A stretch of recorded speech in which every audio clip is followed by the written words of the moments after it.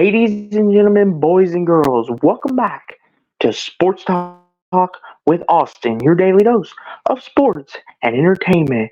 And can you believe it? It is already week 9 of the college football season, and with that, meaning the AP Top 25 has officially released today, going into the week 9 of the CB of college football, and I'm here to break it down, give you my reactions and thoughts to all the teams, and a bunch of things happened. So let's get into it. At number one, still holding serve, you got the Georgia Bulldogs. Still holding serve, Georgia will be without Brock Byers for at least 4 to 6 weeks. But the Dogs were on a bye week this week. They got a chance to heal up, rest. Carson Beck getting a chance to get together with his teammates. They got a big game with Florida this week at Jacksonville. But the Dogs, they've looked really good at times, and then at times they haven't looked like the team in the past. But Georgia was on a bye week this week, so Georgia still standing at number one. At number two, you got the Michigan Wolverines, who absolutely obliterated their rival 49-0 on NBC Saturday night, meaning Michigan State. J.J. McCarthy continued his chase for the Heisman. The Michigan defense did its thing. And, there's not many teams that you can give a better argument to dethrone Georgia for the number one spot than the Michigan Wolverines. And after their performance Saturday, it's it's a very compelling case that you can make for Michigan, but Michigan's still at two. At number three, you've got the Ohio State Buckeyes coming off a thrilling 20-12 win over the Penn State Nittany Lions, arguably the biggest game in the Big Ten to date, and the Buckeyes pull it out. And Ryan Day, Kyle McCord, Marvin Harrison Jr., when it's the big games, they come out and they show up at the brightest of moments. And here they did no different in Columbus on Saturday. Ohio State, has arguably the best resume going with victories over Notre Dame and Penn State. You can legitimately make an argument that they should be number one, but the committee still feels Ohio State at number three. At number four, you've got the Florida State Seminoles, a team who struggled a little bit with Duke, but Riley Leonard did play.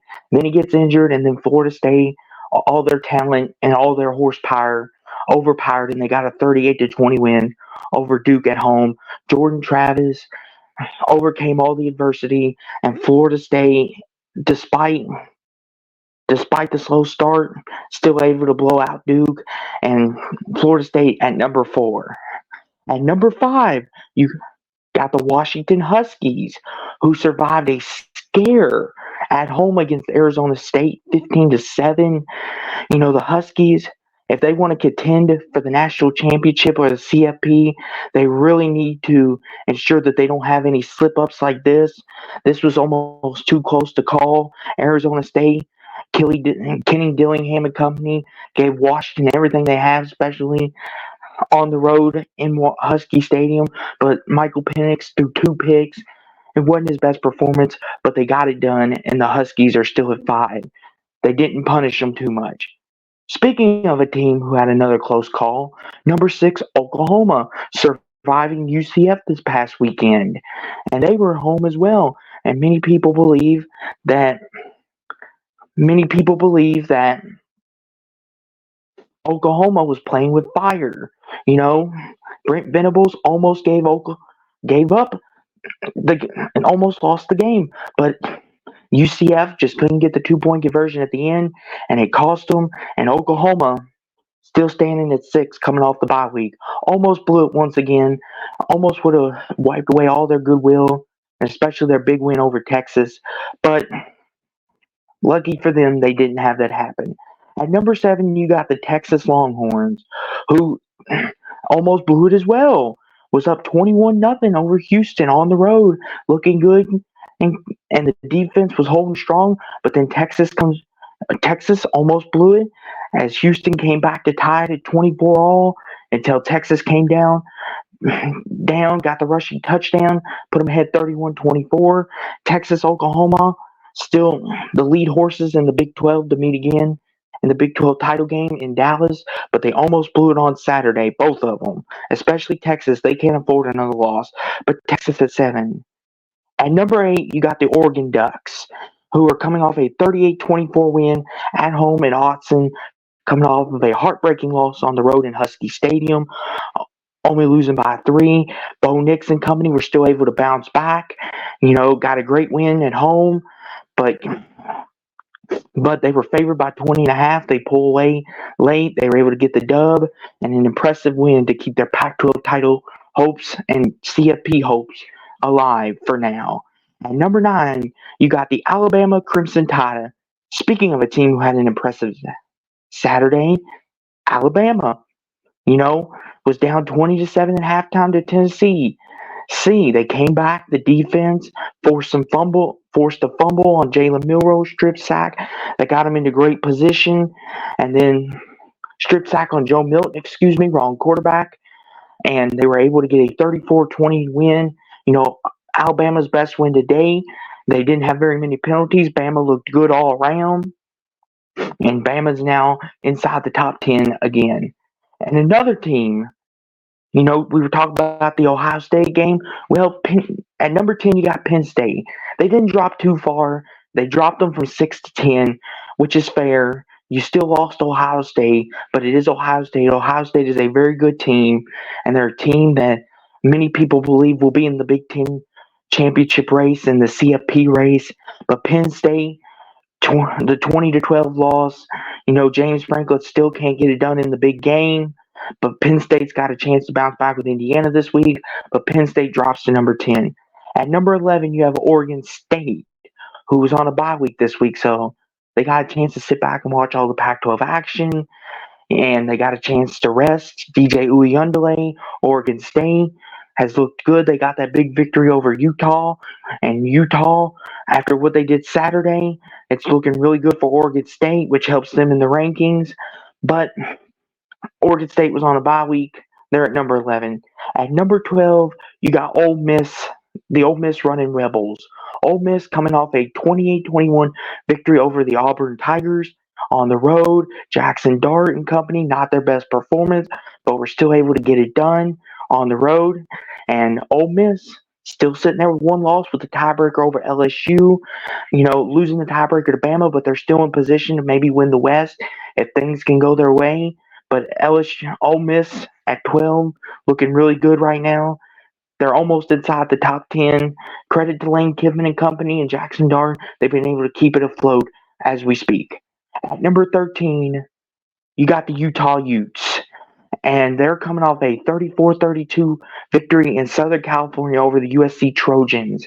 A team that, unfortunately, they will be without Cam Rising the rest of the year, which really sucks for them. But Bryson Barnes, that defense, Saki Vaki, Utah is a really good team.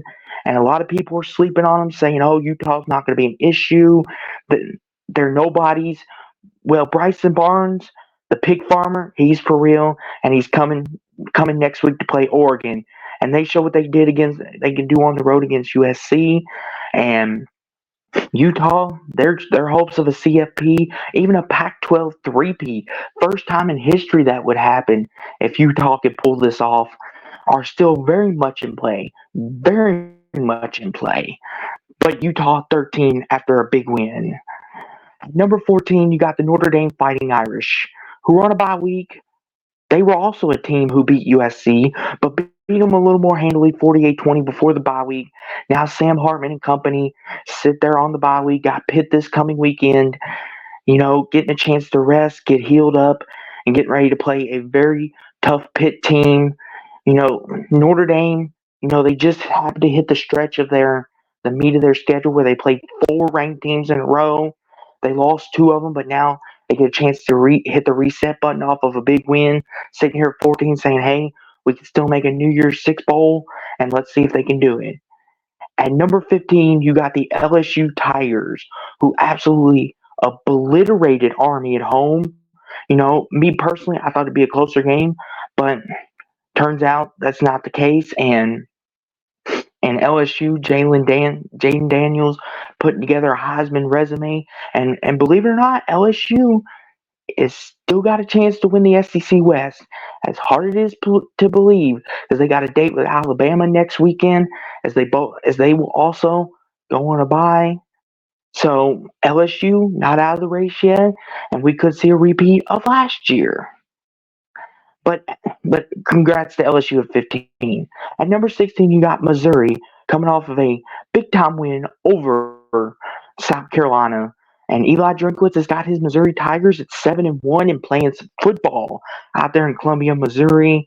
Brady Cook, the defense looks to be getting right and healthy at the right time. And Missouri, they're in the race with Georgia to win the East. And I think Missouri may be Georgia's best game left on their schedule besides Ole Miss. Missouri almost in the top 15 if they can just keep it going and just keep the turnovers down. Eli Drinkwitz, I think he's safe for this year. He's probably going to get an extension in the offseason after the great work he's done this season, but we will have to see. At number 17, you got the North Carolina Tar Heels. Boy, oh boy, who had a head scratcher. Everyone had the hype about North Carolina. Oh, Carolina, they're the second best team, maybe even the best team in the ACC, and everyone's singing their praises. And then the Virginia Cavaliers, who were 1-5, mind you, coming into this weekend, get a top 10 road win in Chapel Hill, and now North Carolina fans are sitting there scratching your head and thinking, now we decide to drop the shoe. Why did we wait so late to let that happen? Well, it's just it's how Carolina football works, and unfortunately, you dropped 7 spots, and just like we did Louisville as a Louisville fan, we did the same thing to Pitt. So North Carolina is right now the clear number one is Florida State, but as far as the rest of the conference goes, it is a who's who of can get there for the second spot. And speaking of my cards, we come in at number 18 this week, coming off that abysmal lost to Pittsburgh. We got a week to rest up. Jeff Brom, hopefully he'll get our guys right. We got a very tough Duke team. Hopefully Riley Leonard will be healthy and ready to play this weekend. But we got a bye week. We got some things to correct. But with all this chaos that's happened in the ACC, we were able to move up 3 spots, especially with a couple other teams ahead of us going down. Really helps our stock out. But we're at 18. At number 19, you got the Air Force Academy. They beat Navy 17-6, looking really good. What has been done with this program for them to be 7-0 and in the top, almost at the top 15, is really incredible. And for a team that is in most say would be the triple option schools, and here they are showing that they could play some big boy football. Air Force at 19, especially after the way that they played this year and the big win over Wyoming, their resume definitely speaks for itself. At number 20, you got the Duke Blue Devils coming off of a heartbreaker loss on the road against Florida State. Nothing to be ashamed of. Florida State's one of the best teams, not only in the ACC, but maybe even in college football altogether. You just happened to ran out of horsepower, and it just wasn't your night. Hopefully, Riley Leonard's injury won't be too bad. Hopefully, he can get healthy and get back soon. But Duke still at 20. The committee still respecting that win over Clemson and their wins over NC State, but Duke at 20. At 21, you've got Tennessee. Tennessee still hanging around after they blew a 14-point halftime lead over Alabama. Joe Milton, the strip sack fumble, the interceptions. Tennessee on the road is a different animal. It showed against Florida, and this past Saturday, they were looking really good against Alabama, and then it came back to bite them in the butt. And now here we are once again, Tennessee at 21. The AP committee giving them a chance, to show that, hey, we're still one of the 25 best. But Tennessee at 21. At number 22, you got the Tulane Green Wave. Tulane still sticking around in there. After that 35-28 win over North Texas, maybe that's not a good look, but They're still in here. Michael Pratt, you know, Tulane. A lot of people after that Ole Miss loss forgot about them. They weren't ranked anymore, but here they are. They're climbing their way back up in the rankings, and now they're currently number 22. At number 23, you've got the UCLA Bruins, who absolutely stomped Stanford, stomped them, just didn't even give them life. Dante Moore had his best game. UCLA got a big game against Colorado this weekend at the Rose Bowl at home. And UCLA and Chip Kelly, they're still in the top 25 with a big win over Wazoo and, keeping it close with Utah, especially in Rice Eccles. But Chip Kelly, that offense, UCLA looking really good. At number 24, you got the USC Trojans, who are still in the top 25, who are still hanging around, even though they've lost two in a row. The abysmal one to Notre Dame, where Caleb Williams threw 3 picks, and then this one, a last-second field goal with Bryson Barnes going down the field, kicking the game-winning field goal, and winning it for the Utes. But USC, you got to fix your defense. Even though your defense did make some big plays down the stretch to give you a shot to win, it just wasn't enough. But after back-to-back losses, your chances of the CFP are almost gone. Almost. But hopefully you'll bounce back this week against Cal. And in number 25, you got James Madison, who are finally getting some respect at 7-0. And here they come. James Madison, a team who's still not bowl eligible, which I know a lot of people think if you're this good already, just let them have bowl eligibility and let it be over with. But that's not how it works. But James Madison is 7-0. They beat some really good teams along the way. I'm very happy for them, and hopefully they can keep this momentum going. But that was the 2023 Week 9 AP Poll Top 25, my reactions and thoughts. Hope you guys enjoyed this video. Please make sure to like, comment, subscribe, click on the notifications so you never miss another video. And I will be back with Week 9 previews, and to give you all my predictions on this week's games and some of the biggest games. But until then, this has been Sports Talk with Austin. Peace out. And go Cards.